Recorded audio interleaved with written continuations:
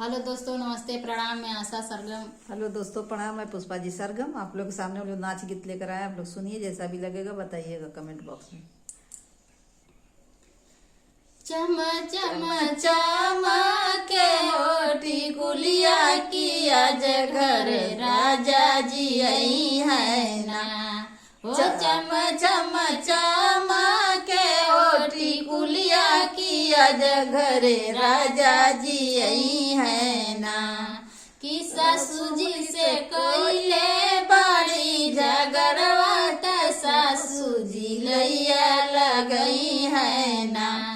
त सासू जी से कोइले बड़ी झगड़वा त सासू जी लैया लगई है ना। ओ राजा जी सोची है ना, समझ है ठड़ा धड़ गोलियां चलाई है ना। ओ राजा जी सोची है ना, समझिए ठड़ा धड़ गोलियां चलई है ना। कि चम चम चमके होठी कुलिया की आज घर राजा जी आई है ना।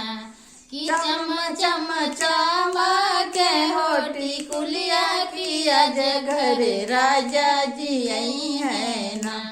जेठानी जी से कईले बाड़ी झगड़वा जेठानी जी लैया लगई है ना। जेठानी से कईले बाड़ी झगड़वा जेठानी जी लैया लगई है ना। राजा जी सोची है ना, समझिया धड़ा धड़ गोलियां चलई है ना। हो राजा जी सोची है ना, समझिए धड़ा धड़ गोलियां चलई है ना। वो चम चम चमके होठी कुलिया की आज घर राजा जी आई है ना। वो चम चम चमके होठी कुलिया की आज घर राजा जी आई है ना।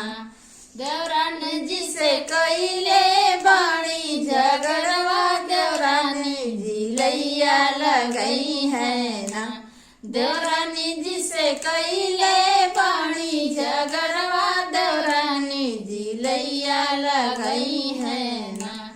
ओ राजा जी सोची है ना, समझिए धड़ा धड़ गोलियां चलई है ना। हो राजा जी सोची है ना, समझिए धड़ा धड़ गोलियां चलई है ना। चम चम चमके होठी कुलिया की आज घर राजा जी आई है ना। चम चम चमके होठी कुलिया की आज घर राजा जी आई है ना। ननद जी से कईले पानी झगड़वा ननद जी लैया लगई है ना। ननद जी से कईले पानी झगड़वा ननद जी लैया लगई है ना। राजा जी सोची है ना, समझिए धड़ा धड़ गोलियां चलई है ना।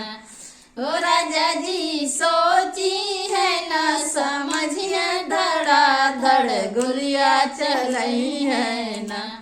कि चम चम चमके होठी कुलिया की आज घर राजा जी आई है ना।